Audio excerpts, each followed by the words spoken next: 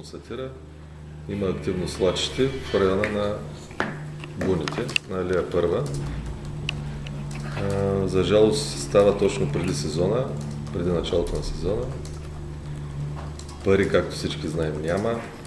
Нито в междуведомствената, нито в общината, нито в правителството, така че трябва да видим какво трябва да направим спешно, за да спасим сезона в тази му част, в която е свлачището. Свлачището е активно точно на място, където е приключило укрепването на другия свлачищен процес. Териториите все още ги обследваме, понеже има непълноти в кадастъра и по скици има разминаване, но така или иначе е държавна територията в по-голямата част. В момента тече процедура по попълване на кадастъра, така или иначе до понеделник ще знаем точно кой район къде е.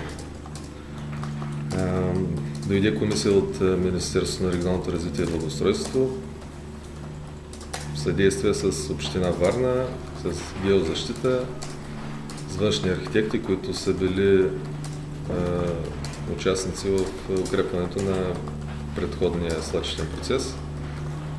Така че по-големи специалисти от тези не разполагаме. Това са хората, които дават предписания, които съдействат за обезопасителните мерки. След като подробно 2 дена бяха на обекта, стигнахме до следните заключения и следните мерки, които трябва да се вземат. Има там, знаете, всички се ходили на свлачището, има една вода, която бяхме направили предписание на Вода и канал Варна да изследва водите, да ги обследва. Оказа се, че водите са подпочвени, не са нито канализационни, нито дъждовна вода. Въпреки всичко, парцела отгоре, който е над свлачището, собственост на Министерството на отбраната, сме издали заповед да се отрежат всички захранващи водопроводи, кранове, да се спре цялата вода на поделението, за да видим ефекта какъв ще е. Така или иначе поделението не е действащо, плюс това е в списъка с отпаднала необходимост, така че няма да направим кой знае каква била, ако спрем цялото водозахранване на този обект. Включително ще затапим и канализацията на същия обект.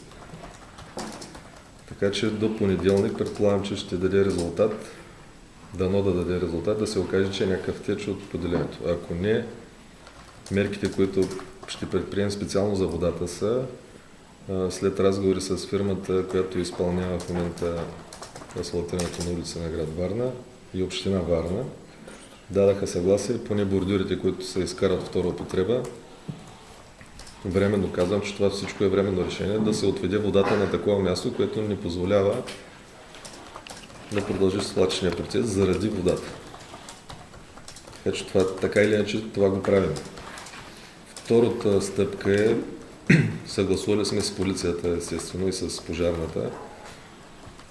Тези дървета, които са надвиснали, всички ги знаете, има и вековно дърво там. Няма как да ги изрежем целите.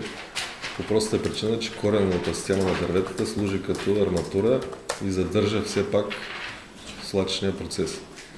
Но се разбрахме да се маркират точно кои дървета и да се изрежат короните. По този начин да спрем влиянието на вятъра и на другите, да не се накланят още дърветата. Това нещо ще го направи община Варна в съдействие с гражданска защита и пожарна безопасност господин Тотев, понеже е опасно още човешка намеса там. Не знам дали са срубки или ще вързват някой да реже. Това нещо трябва да започне днес. Интересно трябва да се случи това нещо.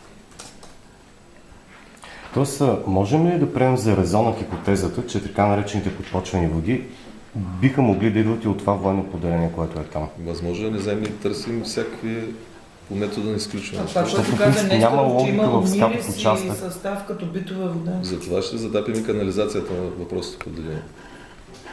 Тъй като Вода и канал Варна отговориха след направено допитване до тях, че в района нямат действаща канализация и водопроводи.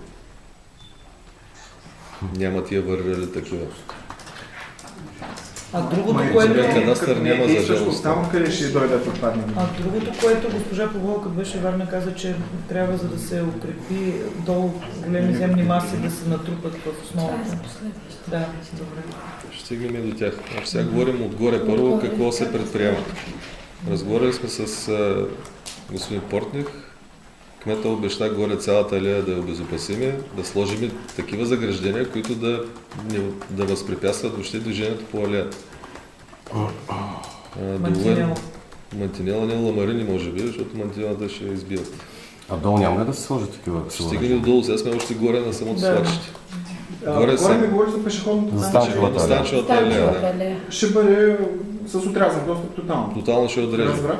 Евентуално ще отворим пътя през военния парцел. Така или иначе там сме в процедура по прехвърляне на въпросния парцел. Има искане от община Варна въпросния парцел да мине в патримония на общината.